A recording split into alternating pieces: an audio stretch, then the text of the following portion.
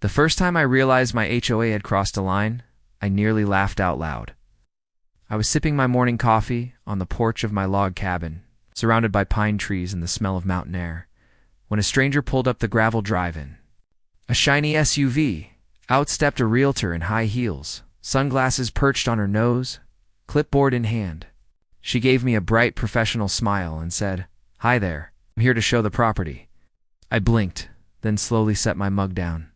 "Show the property? To who?" "Potential buyers," she said cheerfully, already glancing around at Y-land like she owned it. "Your HOA said this cabin is on the market." That was the moment I knew things had gone too far. I bought my mountain cabin 10 years ago with cash. It was my retreat from the noise of the city, a place I built with my own 2 hands. I wasn't part of a traditional neighborhood just gated association that managed the gravel road and claimed to maintain community standards.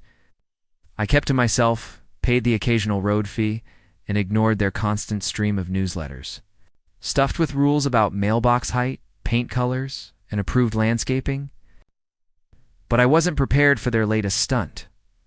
Apparently, the HOA board led by none other than the self-appointed Queen Bee, Karen, had decided my property was an eyesore.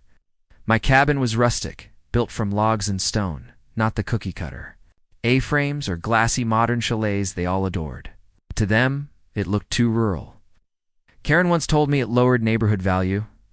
So, without a word to me, they listed it as for sale. I told the realtor to turn around and leave immediately, but she hesitated, glancing down at her clipboard like she had some authority. "Sir, I've already scheduled showings, people. We'll be arriving shortly." That's when I lost my patience. This cabin isn't for sale. Not now, not ever. If the HOA told you otherwise, they lied. And if you step foot past this porch, you're trespassing. She stammered something about miscommunication, but the message was clear. I escorted her back to her car and watched her drive off in a huff, cell phone already glued to her ear. My blood was boiling that night. I attended the HOA meeting for the first time in years. As soon as I walked into the rec hall, every head turned.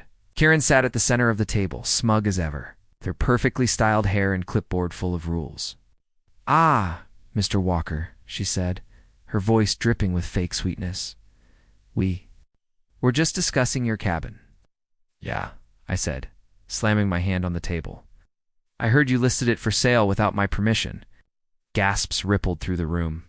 One board member muttered, "You weren't supposed to," before Karen cut him off with a glare. Karen crossed her arms.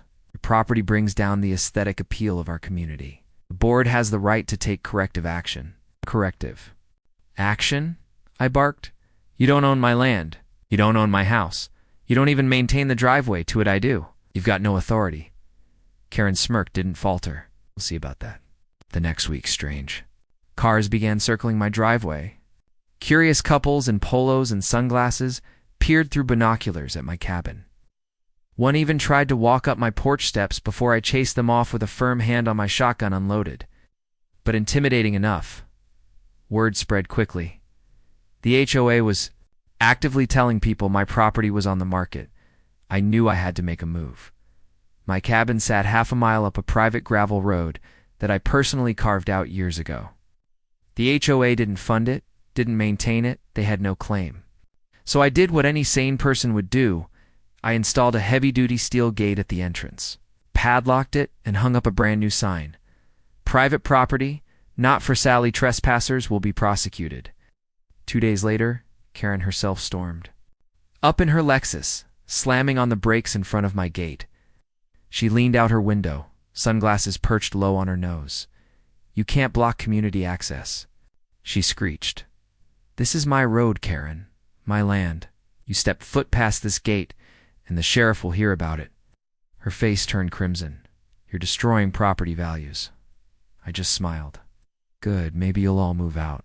Shh.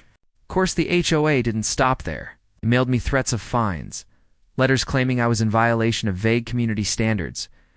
They even accused me of restricting free access to potential buyers. So, I hired a lawyer. Turned out.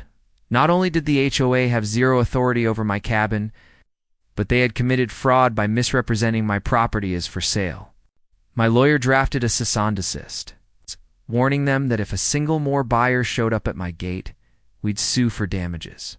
And then, just to twist the knife, I added my own twist. One morning, the community woke up to a brand new sign bolted to my gate. Big, bold letters read, "Cabin for sale, HOA President's house." Call Karen for details underneath. I listed her actual phone number by noon. Karen's phone was ringing off the hook with confused buyers asking about her charming lakefront property. Her meltdown was legendary, neighbors told me. She stood outside, screaming into her phone, threatening lawsuits against anyone who dared call again. By the time the dust settled, the HOA board was in chaos. Other homeowners, tired of Karen's bullying, finally spoke up. Turns out, she had pulled similar stunts before, harassing anyone who didn't conform to her vision. Within 3 months, a petition circulated to dissolve the HOA entirely.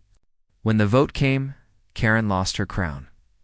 As for me, my cabin is quieter than ever. No more strange cars, no more phony showings, just me, the trees, and the sound of wind through the pines.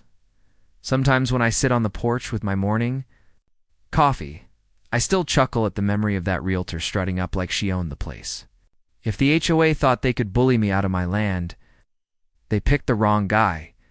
Moral of the story: didn't let anyone even a power hungry. HOA convince you they own what you worked for. Stand your ground, lock your gate, and when all else fails, put up your own sign. Asterisk. This story is just the beginning. There is so much more ahead. Subscribe to the channel to join me on this journey.